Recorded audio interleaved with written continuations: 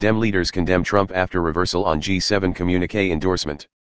Members of Democratic leadership tore into President Trump on Saturday for reversing his endorsement of the Group of Seven, G7, joint communique and threatening to impose tariffs on Canada. Trump attacked Canadian Prime Minister Justin Trudeau in a set of tweets sent after departing the summit ahead of schedule.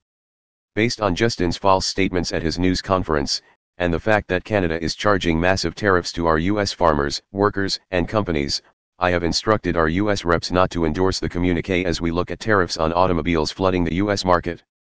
Trump tweeted.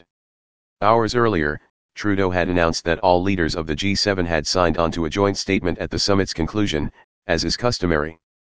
Senate Minority Leader Chuck Schumer, DNY, took a jab at Trump by condemning his earlier calls for Russia to be reinstated in the group. Are we executing Putin's diplomatic and national security strategy or America's diplomatic and national security strategy? After the last few days, it's hard to tell, Schumer tweeted Saturday. House Minority Leader Nancy Pelosi, D. California, chided Trump and his Commerce Department. This week started with @Real Donald Trump boosting a Chinese company identified as a national security threat to the U.S., Pelosi tweeted. It ended with him standing up for Russia and alienating our allies at the G7. #Mega The agency reached a deal earlier this week to lift penalties on Chinese telecommunications firm ZTE, which is currently under U.S. sanctions and has been recognized as a national security threat by U.S. officials. Trump, who left the G7 summit and headed to Singapore for his planned summit with North Korean leader Kim Jong-un, lashed out at Trudeau after revoking U.S. endorsement of the communique, dubbing the Canadian Prime Minister meek and mild.